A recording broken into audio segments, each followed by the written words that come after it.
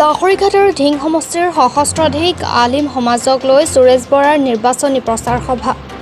মৈৰাবাৰী মণ্ডল প্ৰভাৰী জাবেদ আলী আহমেদৰ আহ্বানত নগাঁও জিলাৰ ঢিং সমষ্টিৰ ধূপগুৰিৰ বজাৰৰ নীলকত নজৰুল ইছলামৰ ঘৰত কালি নিশা 11 বজাত লাহৰীঘাট আৰু ঢিং সমষ্টিৰ বিভিন্ন মণ্ডলৰ প্ৰায় সহস্ৰাধিক আলিম ওলামাৰ উপস্থিতিত 9 নং লোকসভা সমষ্টিৰ শাসকীয় দলৰ মিত্ৰজোঁটৰ প্ৰাৰ্থী সুৰেশ বৰাৰ নিৰ্বাচনী প্ৰচাৰ সভা অনুষ্ঠিত হয়। অনুষ্ঠানটি সঞ্চালনা কৰে মৈৰাবাৰী মণ্ডল প্ৰভাৰী জাবেদ আলী আহমেদে।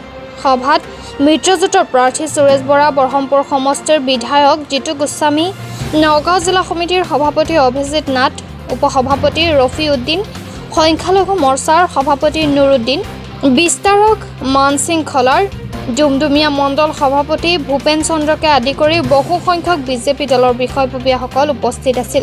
সভাত লাহৰীঘাট আৰু ঢিং সমষ্টিৰ বিভিন্ন অনুষ্ঠান প্ৰতিষ্ঠানৰ হাফিজ, কাৰী, মৌলানা, ইমামসকলৰ উপৰিও আলিম ওলামাসকল উপস্থিত আছিল। সভাত বিধায়ক জিতু গোস্বামীৰ লগতে নগাঁও জিলা বিজেপিৰ বিষয়ববীয়াসকলে মিত্ৰজোঁটৰ প্ৰাৰ্থী সুৰেশ বৰাক পদুম ফুলৰ ছবিত ভোট দি জয়যুক্ত কৰিবলৈ আলিমসকলক আহ্বান জনায়। লাহৰীঘাটৰ পৰা খাইৰুল ইছলামৰ ৰিপৰ্ট।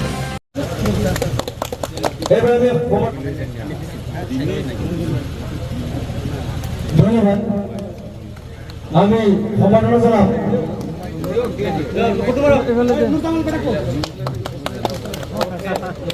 ইয়াৰ পাছত আমি সমাদৰ জনাম আমাৰ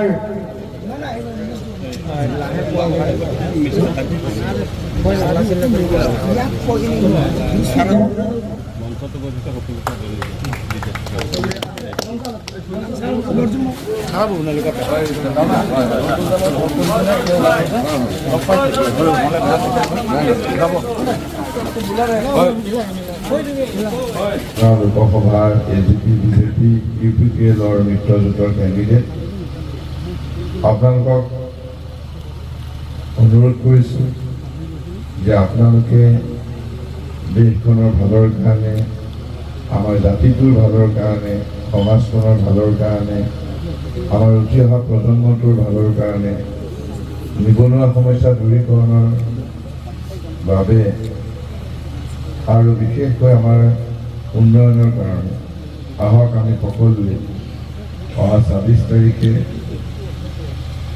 একত্ৰিত হৈ নৰেন্দ্ৰ মোদী ডাঙৰীয়াক ভাৰতৰ প্ৰধানমন্ত্ৰী কৰোঁ। কাৰণ নৰেন্দ্ৰ মোদী ডাঙৰীয়া ভাৰতৰ প্ৰধানমন্ত্ৰী হোৱাৰ পিছত ভাৰতত বাস কৰা 140 কোটি জনসাধাৰণক একেলগে লৈ নৰেন্দ্ৰ মোদী ডাঙৰীয়াই ভাৰতবৰ্ষখনক এটা শান্তিৰ বাৰ্তা দি আগুৱাই গৈছে। এই ভাৰতবৰ্ষখন এখন বৈচিত্ৰ্যময় ভাৰতবৰ্ষ, পৃথিৱীৰ ভিতৰত সকলোতকৈ এখন শ্ৰেষ্ঠ ৰাষ্ট্ৰ বুলি ক'ব লাগিব। পৃথিৱীত বহুত এক ধৰ্মৰ ৰাষ্ট্ৰ বহুত আছে।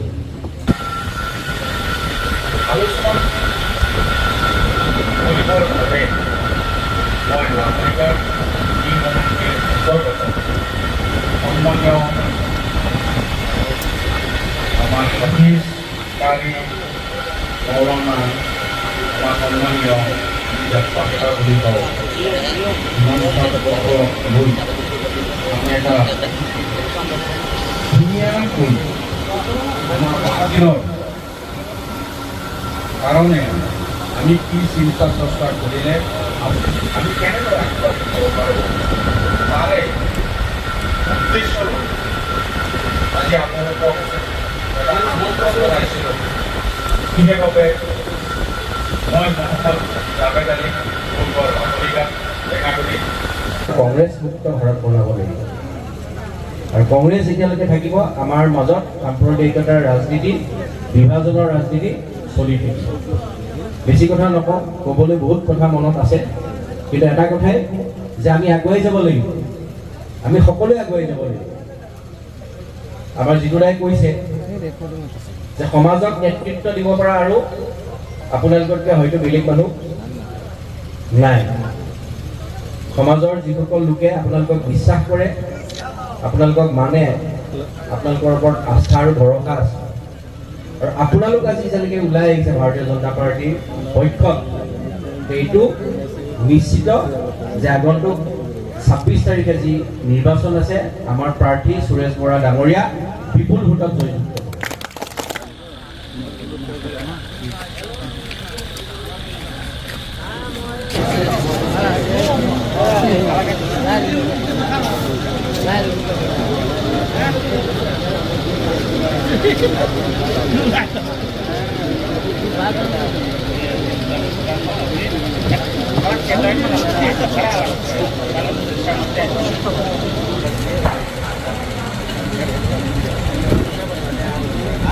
الحمد لله رب العالمين أسألك موجبات رحمتك وعزائم مغفرتك والغنيمة من كل بر والسلامة من كل إثم لا تطعني ذنبا إلا غفرته يا أرحم الراحمين ولا هما إلا فرجته ولا حاجة هي لك رجا إلا قضيتها يا أرحم الراحمين अल्लाह पाक पूरा रब्बुल आलमीन खुदा अल्लाह हम सबको माग़फ़िरत फरमा अल्लाह हमारे गुनाह को बख्शिश फरमा या अल्लाह हमारे गुनाह को माफ़ फरमा या अल्लाह हम गुनाहगार हैं मौला